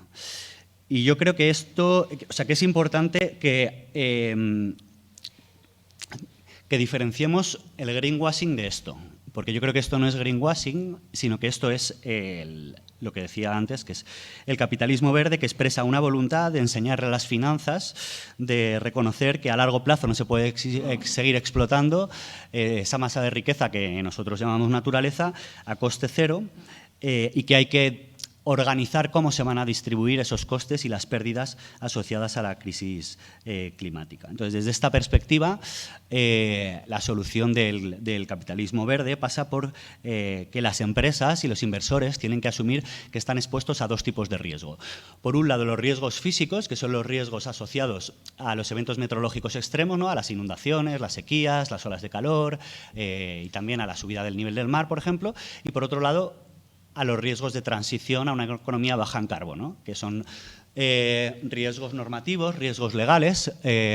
Por ejemplo, pues en 2035 la Unión Europea no se van a poder vender coches de combustión interna. Pues bueno, ahora si tienes una empresa que fabrica coches, pues tienes que adaptarte y eso es un riesgo financiero. Entonces, estos planteamientos, más allá de considerar el cambio climático como un problema político o como incluso un problema moral, lo consideran como un problema de negocios y se plantea que la razón para hacer una transición a una economía baja en carbono es proteger los márgenes de rentabilidad de esos riesgos físicos y de esos riesgos de transición. Y lo que hay que hacer es desarrollar nuevos mercados que asuman que no hacer nada conlleva una serie de riesgos, que esos riesgos tienen un impacto sobre sus beneficios. Por ejemplo, las aseguradoras que aseguran activos que están expuestos a riesgos relacionados con la crisis climática, si los eventos meteorológicos extremos van a ser cada vez más probables, cada vez más intensos, cada vez van a durar más, bueno, pues van a tener que protegerse de ese aumento de la probabilidad y del impacto de los eventos meteorológicos extremos. ¿Y cómo pueden protegerse? Pues por un lado endureciendo las condiciones de los seguros, ¿no? Subiendo las primas o bajando dando unos seguros que aseguren menos, ¿no? Por así decirlo, o pidiendo al Estado que les cubra esos riesgos. Y entonces, en este sentido, se aumentan las primas y se reducen las coberturas. Al final, esto tiene repercusiones en los mercados financieros y además se agrava la injusticia climática porque las personas que son más vulnerables a esos riesgos, que son los menos responsables del cambio climático, son quienes están más expuestos a esos riesgos, son quienes necesitan más financiación para compensar las pérdidas y los daños que va a causar y que está causando ya el cambio climático. Entonces, toda esta perspectiva al final lo que conlleva es a una transición energética sin justicia social, porque cuando los responsables de la crisis energética del cambio climático, se protegen del cambio climático sin asumir responsabilidades, al final la injusticia climática se agrava. Y ahora quería comentar otra cuestión que también se mencionaba en el anuncio de BlackRock, que mencionaba un principio que está relacionada con la integración de la información sobre sostenibilidad y medio ambiente en los mercados financieros.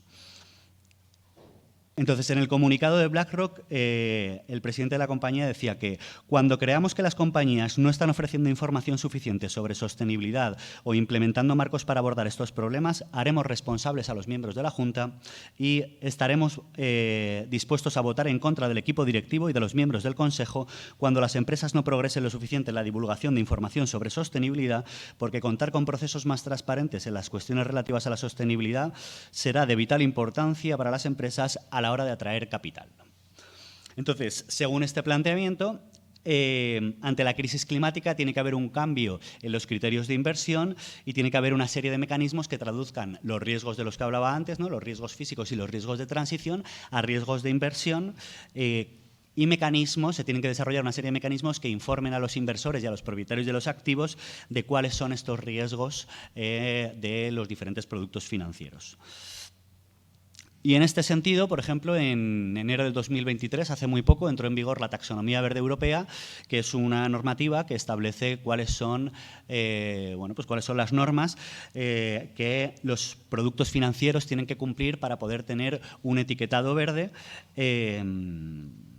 aunque en la Taxonomía Verde Europea el sector del gas y el sector de las nucleares está etiquetado como verde, que eso es un claro freno a la transición que necesitamos y a un modelo renovable, porque el gas es un combustible fósil.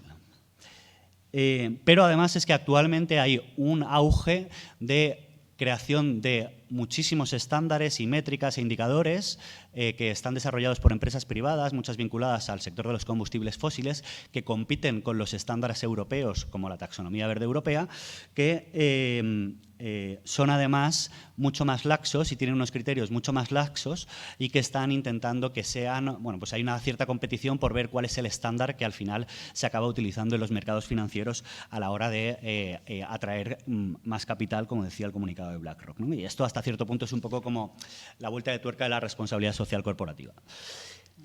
También cada vez más empresas, no necesariamente cotizadas, a partir de cierto volumen de activos, de un volumen de facturación y de un número de empleados, tienen que hacer informes de sostenibilidad corporativa y tienen que hacer memorias de información no financiera, que son informes que analizan cómo las actividades de las empresas están expuestas a los riesgos de los que hablaba antes y cómo contribuyen esas empresas al cambio climático. ¿Y quiénes están haciendo estos informes y quiénes auditan los informes y las memorias de información no financiera? Pues los mismos que hacen los informes de información financiera, que son las consultoras, las Big Four, Ernst & Young, KPMG, Deloitte, y que son las mismas empresas que llevan promoviendo privatizaciones, recortes, subcontrataciones y austeridad durante décadas, que llevan asesorando a las empresas de los combustibles fósiles durante décadas, que no tienen experiencia ninguna en cambio climático y que además ahora supuestamente van a solucionar el problema que han creado. Y también ya en los mercados financieros se están desarrollando muchísimos indicadores, métricas para valorar esto mismo, ¿no? Cómo las empresas cotizadas contribuyen al cambio climático y cómo el cambio climático, los riesgos de los que hablaba antes, pueden influir a estas empresas para un poco diferenciarse y ver cuáles son las que atraen más capital porque están, porque son más verdes, ¿no?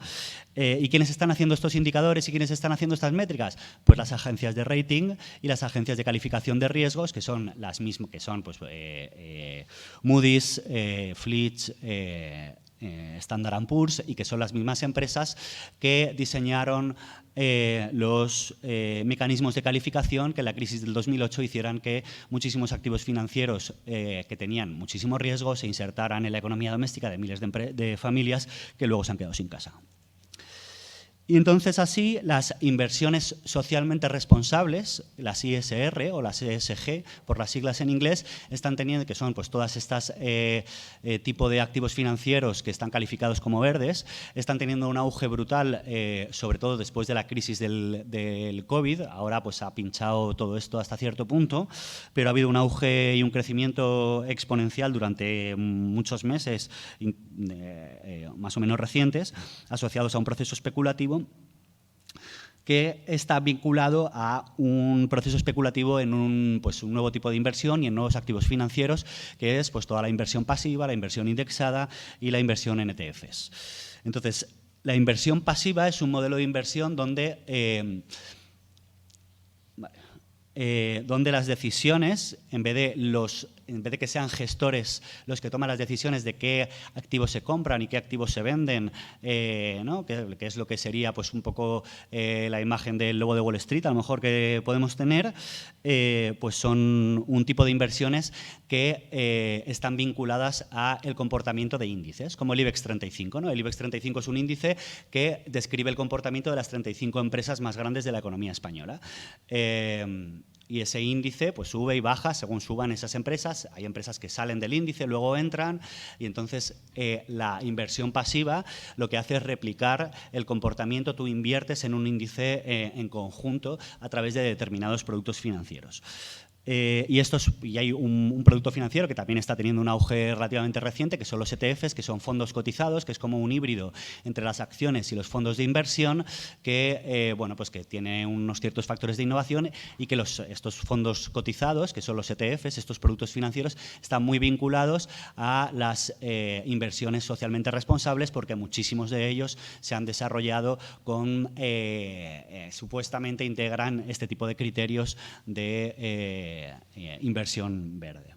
Entonces, estos productos financieros, como cotizan a tiempo real, no como los fondos de inversión, aportan muchísima más liquidez al mercado, supuestamente son más estables que las acciones y son menos arriesgados que las inversiones activas, integran muchos criterios de sostenibilidad y son mucho más baratos, tienen comisiones mucho más baratas, y esto hace que Vanguard, por ejemplo, que es una empresa de gestión de activos, pues gestione activos que tienen un volumen del capital del presupuesto de los Estados Unidos, pero que es una empresa que tiene 300 empleados, porque muchísimos de estos procesos de inversión están automatizados y al final las decisiones las llevan a cabo algoritmos que replican de una manera automática el comportamiento de estos índices. Y esto lo que hace es que se concentren muchísimas decisiones de inversión en una serie de algoritmos que, por supuesto, pues tienen muchísimos sesgos y demás.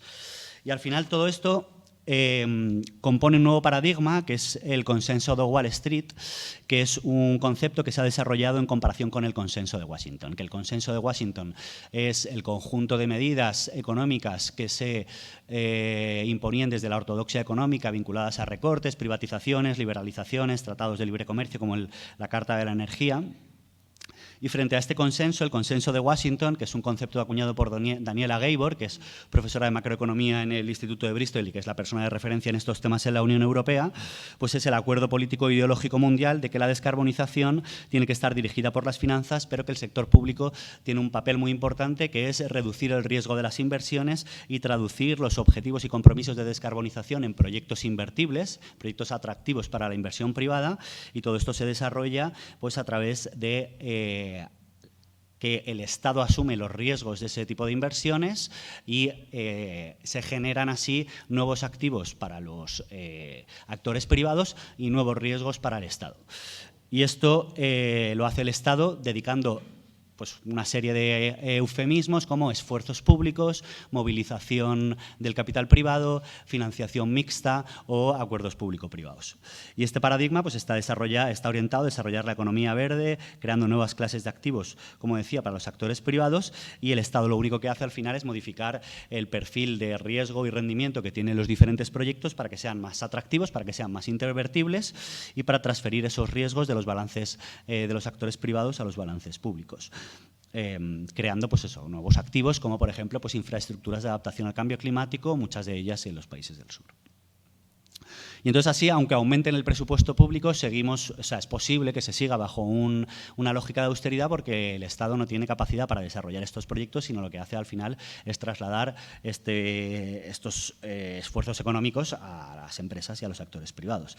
Entonces ya para terminar, como decía al principio, yo creo que hay que tener en cuenta que por un lado sigue habiendo toda la financiación del sector fósil que sigue agravando la crisis climática, pero por otro lado están pues este tipo de iniciativas orientadas a desarrollar una transición energética lenta, poco ambiciosa, pero sobre todo injusta, se están desarrollando muchísimos esfuerzos para desarrollar pues, nuevos mecanismos y una infraestructura brutal que integre la acumulación del capital financiero con una política climática que no combata las causas últimas de la crisis ecológica, y para crear un marco que propicie que determinadas empresas ocupan una posición de liderazgo en la transición energética.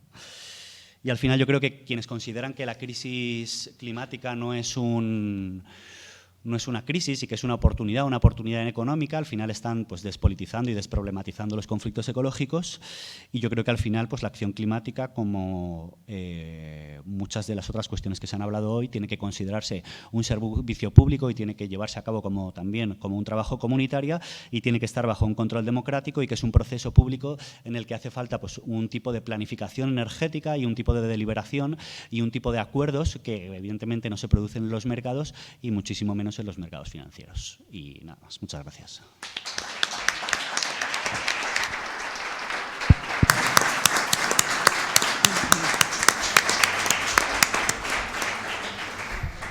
Bueno, pues ahora tenemos unos minutos para preguntas.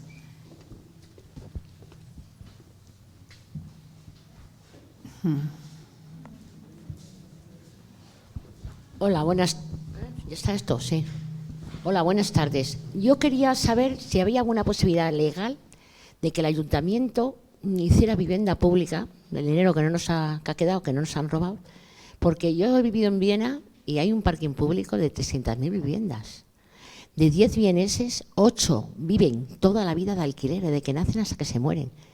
Y les suben los alquileres a precios razonables, y si necesitas una vivienda más grande porque tienes familia, te cambian de la noche a la mañana. Esperas un mes. Si eso funciona en Viena, ¿por qué no puede funcionar aquí?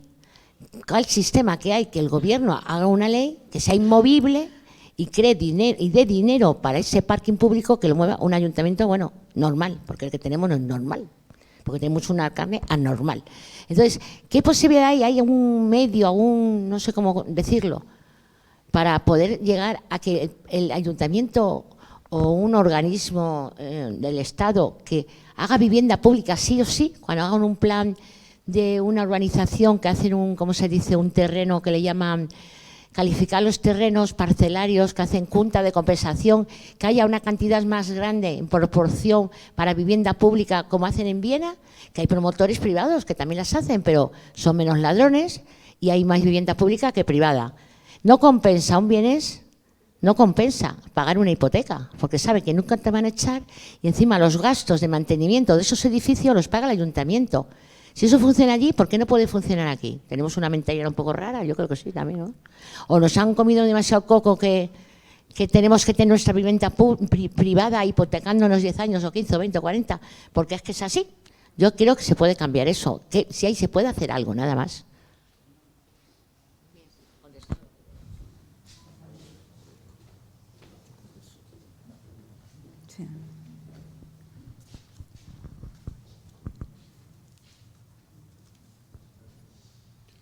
Sí, son varias preguntas. Primera, ¿por qué no se ha hecho la ponencia de sanidad que estaba anunciada? Vamos, supongo que habrá una razón, pero me gustaría... Yo te contesto rápido, porque la persona que iba a presentar la ponencia, por problemas personales, no ha podido asistir. De acuerdo.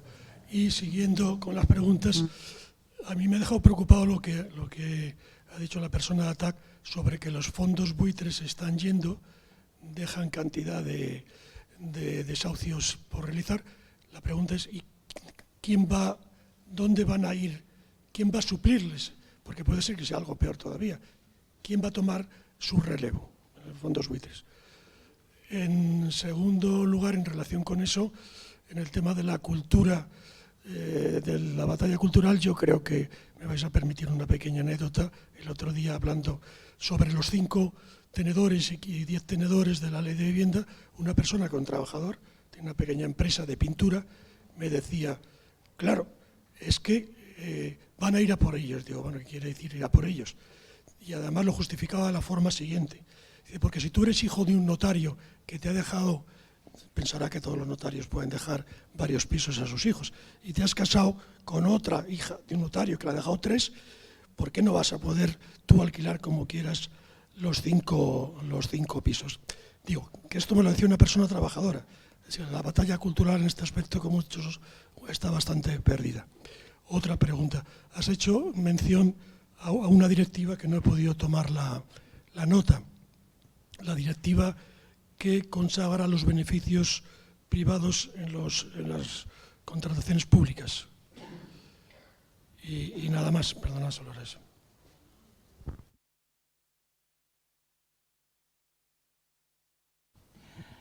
Bien, yo tengo una pregunta, que todos conocemos el mensaje que hay en los tabacos, en las cajetillas de tabaco, que dice: fumar perjudica seriamente a la salud.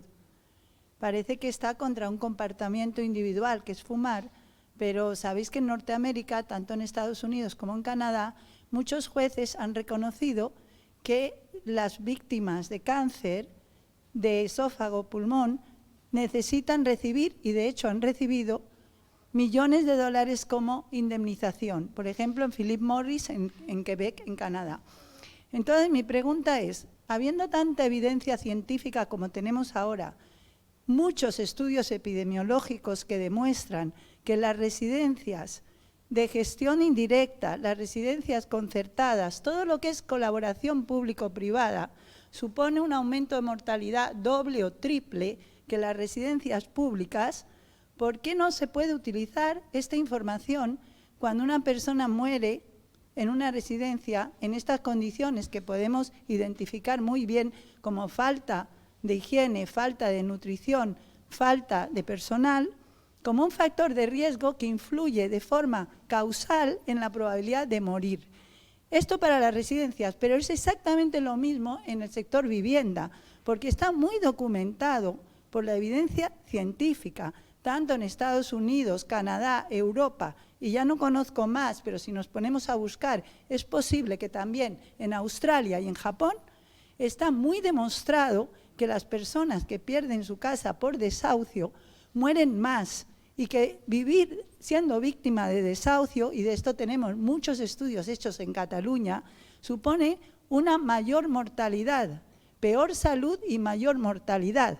Entonces, toda esta información tan impresionante que tenemos no se traduce en la práctica. En la práctica deberíamos de poner residencia gestionada por fondo de inversión especulativo perjudica seriamente a la salud. Constructora, compañía que se dedica a especular con la vivienda contribuye seriamente a perjudicar la salud de las personas que viven dentro. Y todo esto tendríamos que explotarlo muchísimo. En el tema ambiental no puedo decir nada porque es demasiado nuevo, pero estoy segura que si nos ponemos a buscar ya podríamos encontrar. Para empezar, los activistas ambientales que han fallecido porque los han matado directamente en cantidad de países del mundo. Entonces, no sé, yo creo que deberíamos de utilizar mejor esta información y sobre todo traducirla para que los abogados la utilicen. Me gustaría saber lo que piensan los que están en la mesa. Gracias. Estas preguntas y luego hacemos un turno de respuesta. Laura. Le doy. Con el tema del parque público de vivienda, el tema es que las herramientas existen y los políticos no las quieren aplicar. Hay desde hace muchos años planes estatales de vivienda con una batería de medidas, más o menos, nos gustarán más o menos, pero hay muchas políticas que se cofinancian entre el Estado y las comunidades autónomas y ahora insufladas de capital que vienen de los fondos europeos y, por ejemplo, la Comunidad de Madrid no las quiere aplicar. Ha elegido 3, de las 13 que hay, ha elegido 3 y todavía estamos esperando a ver si es verdad que las aplica o no. Ayudas al alquiler, ayuda a la renovación de las casas que están más deterioradas, para que la gente pueda comprarse viviendas con algún tipo de ayuda en las zonas que están más despobladas y así hasta 13. ¿Que por qué no las hacen? Porque estamos votando a gente que no las quiere hacer. Esa es mi opinión. Entonces, a lo que hablábamos de crear un parque público de vivienda suficiente, el 30% de las viviendas que existen han sido construidas con financiación pública y están ahora mismo en manos privadas. O sea que si hubiéramos tenido otros gobiernos, tendríamos un parque de vivienda pública como el de las ciudades que estás comentando. Ahora la ley ha modificado un pelín quirúrgicamente, como dicen ahora los modernos, la ley del suelo, garantizando. Y ahora empezamos al microscopio a ver qué es lo que garantizan. Garantizan un porcentaje de vivienda con algún tipo de protección cuando se edifiquen nuevos proyectos. Un 40% de las viviendas tendrán que tener una limitación de precio cuando se construyan en zona rural y un 20% cuando se construyan en zona urbanizada. Siempre que ese ayuntamiento, como tú hacías mención al ayuntamiento, ese ayuntamiento pueda garantizarle a esa promotora que le va a compensar el descuento. O sea, otro traspase de dinero público a manos del promotor o del que vaya a explotar el rentista. Entonces, sí, cuando vimos el telediario se va a garantizar un 30% de vivienda con protección, pues no os penséis que esa protección nos la va a dar nadie que no seamos nosotros mismos. O sea, quiero decirte, pero que se va a llevar el dinero pues la empresa que lo quiera explotar. No, o sea, que no lo hacen porque no quieren, ya está. Volvemos a lo mismo. Claro. Tenía varias, sí. Con respecto, se me había quedado y lo tenía apuntado para decirlo, el tema de que los fondos buitres actuales con los que nosotros estamos intentando negociar están haciendo las maletas, evidentemente para vendérselo a otros fondos buitre más difíciles todavía, porque a estos más o menos los vamos conociendo, pero los que nos van a venir ahora, según nos llegan las informaciones, serán de Arabia Saudí o de China, y entonces ya es que... Sí, claro.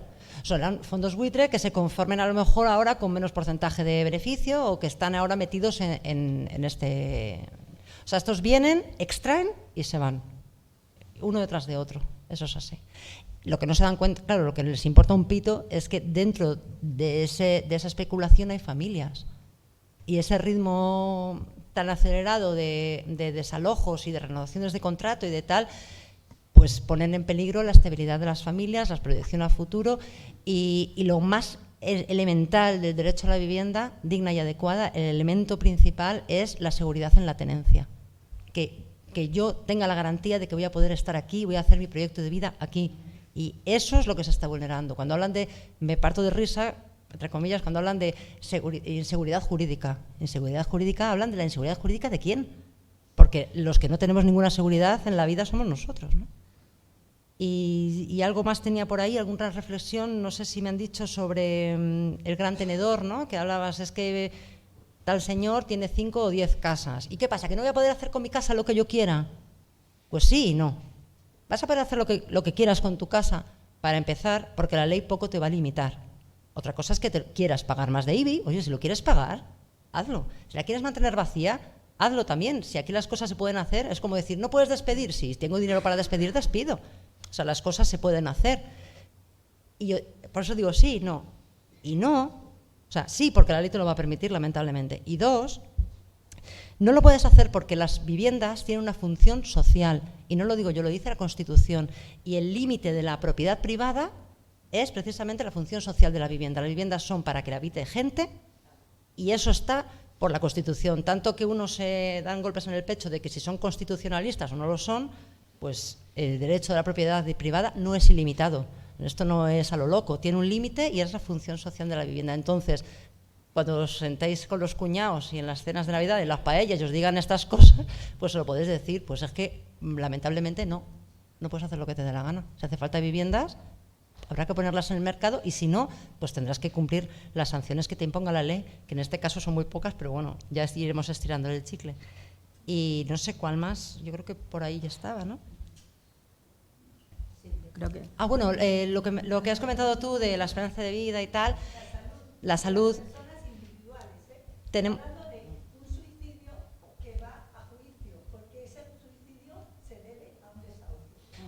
Nosotras en las asambleas, como ya llevamos muchos años, pues hemos visto el deterioro en la salud de las familias que las tengo en la agenda. Quiero decirte, niños con procesos madurativos pues que no van al ritmo, señoras llenas de bultos, gente que ya está habituada a tener ataques de ansiedad porque a lo mejor han sufrido ya 9 intentos de desahucio y entonces son, pues estás vomitando, se te cae el pelo, no duermes, cuando llevas 10 años sin dormir. O sea, esta tortura, porque es que esto es una especie de esclavitud, mantener a gente en esta tortura, pues es una cosa que lo estamos consintiendo todos. Lamentablemente eso es así. Es así. Manuel. Sí, está documentado. Sí, yo también soy investigadora. Ahí en Barcelona, no lo sabéis, pero hicimos el estudio, está en la encuesta de salud de Madrid del año 2017, lo podéis buscar en internet.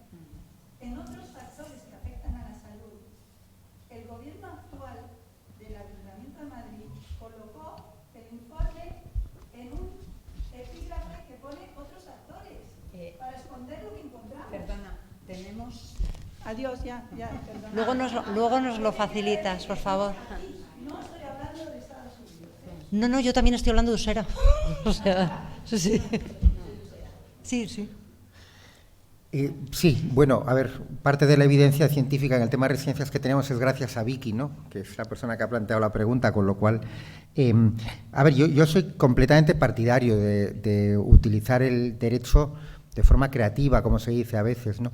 Es verdad que, objetivamente, cuando ves lo que hay por ahí fuera, pues como que desanimará a la gente, ¿no?, porque viendo lo que ha ocurrido en las residencias de mayores durante la primera ola de la pandemia y el tratamiento que han recibido por parte de la Fiscalía, bueno, pues en casos como Madrid, pero también en Cataluña y en otras comunidades, que realmente es absolutamente vergonzoso y una falta de profesionalidad completa que añade más dolor a las familias, pues hombre, como que no te animas mucho a denunciar, ¿no? Aparte del tema económico que está ahí, que para las personas individuales ir a los tribunales, bueno, pues supone contratar un abogado, etcétera, que tampoco está. Pero dicho esos obstáculos objetivos, que al final en la vida tenemos obstáculos en muchas cuestiones, yo soy absoluto defensor de utilizar el derecho para pelear, y no tanto bueno, sobre todo los partidos políticos muchas veces recurren al derecho penal porque eso garantiza un titular. Yo creo que hay que aprovechar y utilizar muchísimo el contencioso, que por la vía del contencioso administrativo se pueden ganar batallas y derechos, y que es más aburrido.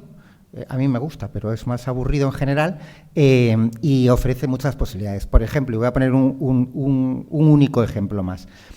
A mí me parece absolutamente un escándalo que en las residencias la mayor parte de las habitaciones sean dobles. Que una persona, porque pasa a vivir en una residencia, tenga que compartir su vida con un extraño, que a lo mejor es una persona maravillosa, pero imaginaos que eso, mañana vamos a una residencia y nos ocurre eso, ¿no? Yo creo que es una violación evidente del derecho a la intimidad, y estoy seguro que bien planteado un pleito por esa vía, bueno, si se consigue ganar en un lugar, abriría una vía para conseguir garantizar el derecho a tener una habitación individual, salvo que por razones, pues que estás con tu pareja o por razones médicas que realmente lo aconsejen, sea mejor estar en una habitación doble, ¿no?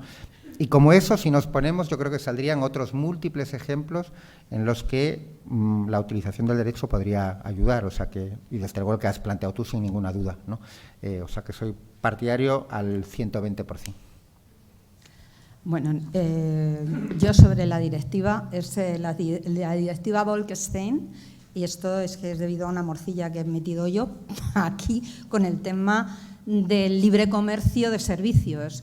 La directiva Bolkestein es una directiva, la directiva europea de servicios, que incentiva, o sea, o propone a los Estados la colaboración público-privada, el incentivo de la privatización de muchos servicios, etcétera, pero con el hándicap que la reversión de esa privatización al final le sale carísimo al Estado.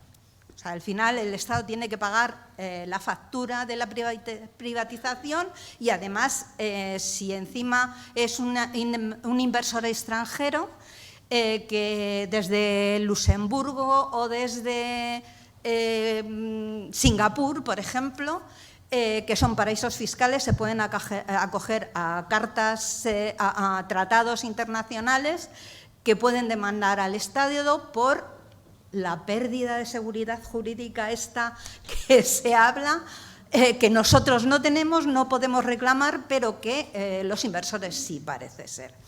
Entonces, no sé si tenemos mucho tiempo para más preguntas. Sí, bueno, Alberto quiere… Bueno, Yo comentar un par de cosas. Primero señalar que España y muchos otros países europeos han dicho que se van a salir del Tratado de la Carta de la Energía, que yo creo que esto es una victoria fantástica y que yo creo que Ecologistas en Acción ha estado haciendo una campaña sobre este tema muy fuerte y que yo creo que esto es una pequeña victoria que hay que celebrar. Y un poco en relación con lo que decías, desde el ecologismo sabemos que la ciencia lleva décadas señalando que para limitar el aumento de las temperaturas a 1,5 grados y evitar los efectos más perjudiciales de la crisis climática, hay que reducir las emisiones de gases de efecto invernadero un 7-8% anual de aquí al 2030. Y entonces eso está súper claro. Y lo que hay que hacer es hacer una planificación energética y que no sean las promotoras las que deciden dónde se ponen las instalaciones renovables y cómo y cuándo. Y luego yo creo que aquí también la iniciativa del rescate energético de Ecologistas en Acción de dedicar para la crisis energética y para la crisis climática el mismo presupuesto que se les dio a los bancos la crisis económica para rescatarlos, dedicar ese mismo presupuesto pero para hacer instalaciones de autoconsumo colectivo que sean propiedades de las administraciones locales y comunidades energéticas y la rehabilitación de las viviendas de las poblaciones más vulnerables para compensar, para afrontar la pobreza energética de la mano de la defensa del derecho a la vivienda. Entonces yo creo que por ahí hay líneas que son interesantes seguir trabajando. Si es muy corta las preguntas, tenemos una ronda, pero muy cortita. Quería hacer una pregunta a la compañera de vivienda y también un poco haciendo un referente en cuanto a utilizar el derecho penal o el derecho contencioso administrativo. Bueno, en el tema de vivienda para los hipotecados, la ley de vivienda ahora mismo, no nos ha tocado nada favorable en cuanto a hipotecas. Sí, para poner un poco freno a los alquileres sociales que están ya por las nubes. Vivimos otra burbuja inmobiliaria del 2008. Algunos que no se darán cuenta, pero los que estamos en contacto con nuestras familias, nuestra gente, sabemos lo que está pasando ahora mismo. Cuando hay un proceso de demanda judicial, lo que nos cobran es por intereses y costas. Intereses ordinario e intereses de mora. Intereses ordinario que está establecido en la hipoteca, en el tocho, y demora cuando no se ha pagado, el tiempo que no hemos pagado y nos aplica el costo del abogado, el tiempo de mora, ya. Entonces, por esas dos nos aplican, por ejemplo, si yo tengo una deuda de 200,000, pues vamos a 300,000. Encima de haber pagado el capital de 100,000, ¿no? Ellos me aplican mucho más, 3 veces más. Y esa es la deuda que nos deja para el fondo buitre. Es decir, nos han capitalizado, ahí el compañero nos ha aclarado los fondos de titulización, cómo nos han empaquetado, también por la cuestión energética nos han vendido. Y el tema de las hipotecas han hecho eso, de que nos han dado alquileres sociales, condonación de deudas, entre comillas, para que luego por debajo estaban titulizando, vendiendo estos fondos. Para mí que es una mafia organizada. Derecho penal, aquí sí que podíamos utilizar por estafa, ¿no? Pero la justicia aquí lamentablemente no ha aplicado el derecho y han brillado por su ausencia los que siempre deben estar del lado de las víctimas, que es la Fiscalía, que es su deber de investigar, porque la sociedad civil ya lo ha hecho. Le ha puesto sobre la mesa qué ha pasado con las viviendas aquí y sin embargo desde la justicia no ha habido. A duras penas por la vía civil en Europa hemos conseguido hacer ruido para que aquí España tome nota y haga su deber, pero sin embargo todavía siguen mirando para otro lado y ahora mismo me he enterado con haber asistido aquí, pues de que algunos mafiosos de estos están en el gobierno. Lastimosamente una pena. Con respecto a esto, pues tendrá que nuevamente reactivar, o sea, moverse, unirnos de todos los sectores, de toda la gente afectada, para poder hacer frente a lo que has comentado, de 14.000 hipotecas van a estar fuera. Por no decir cuántos alquileres sociales estarán ya en marcha el proceso de desahucio. Lamentablemente hasta el 2024 tenemos también la moratoria y no sabemos la avalancha que va a haber ahí también.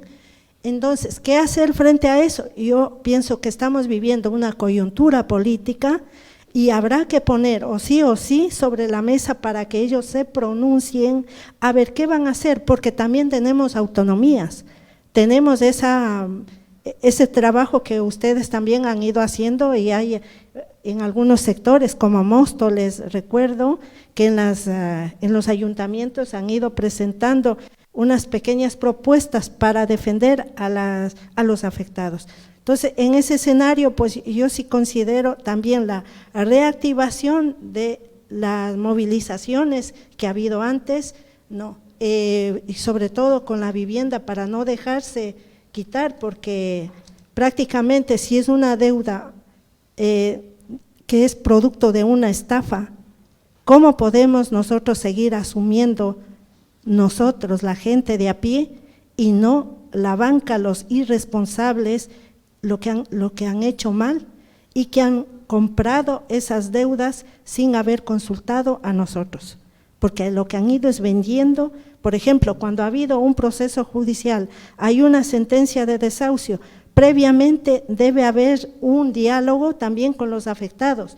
Algún afectado decía, yo puedo comprar si me vende nuevamente mi piso por 80.000, puedo pagar, pero si va a vender en 20.000 a un fondo buitre, no, o sea, ¿cómo puede ser eso? Entonces, es así que han venido a espaldas del pueblo vendiendo y siguen a cuestas del sufrimiento de la gente. Entonces, mi pregunta es, ¿qué va a hacer a futuro las nuevas movilizaciones? Porque si va a haber elecciones y ya vemos a Ayuso y su banda cómo están vendiendo aquí todo lo que tiene que ver con la vivienda incluso, y están moviéndose el Partido Popular por sectores, por los barrios de lucha, más que todo he visto cómo está la campaña ya muy fuerte. En cambio nosotros, los de menos izquierda, sí, por ahí divididos, y creo que hay que tomar conciencia y ver de verdad, conocer bien ahora mismo qué vamos a hacer a futuro. Es mi pregunta.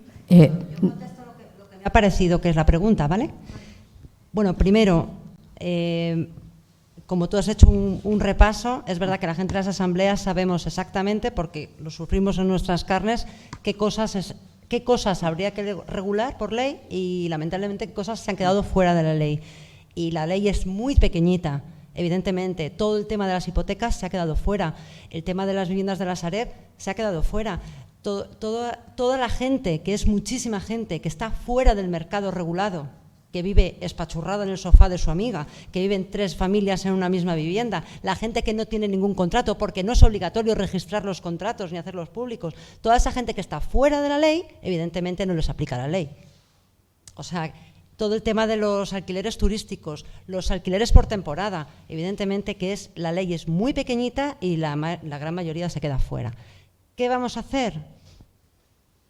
Pues es que, hija mía, como todavía no se ha aprobado y esto se ha hecho público y nos lo han medio pasado bajo cuerda los acuerdos, yo lo único que propongo, y me consta que mucha gente, es atacar a las comunidades autónomas. Porque lo que sí que ha dejado claro la ley es que la competencia, es que se estaban peloteando como una patata caliente entre el Estado y las comunidades autónomas a ver quién no lo hace. Bueno, pues ahora ha quedado claro que las comunidades autónomas han de regular el derecho a la vivienda. Entonces está muy claro qué es lo que nos toca hacer, ver qué es lo que falta en la ley, primero qué hay en la ley que tendremos que perseguir para que se cumpla, qué no hay en la ley que tendremos que perseguir para que se incluya en la ley, y luego perseguir a nuestros gobernantes para que lo hagan realidad. Ese es el plan, poca cosa.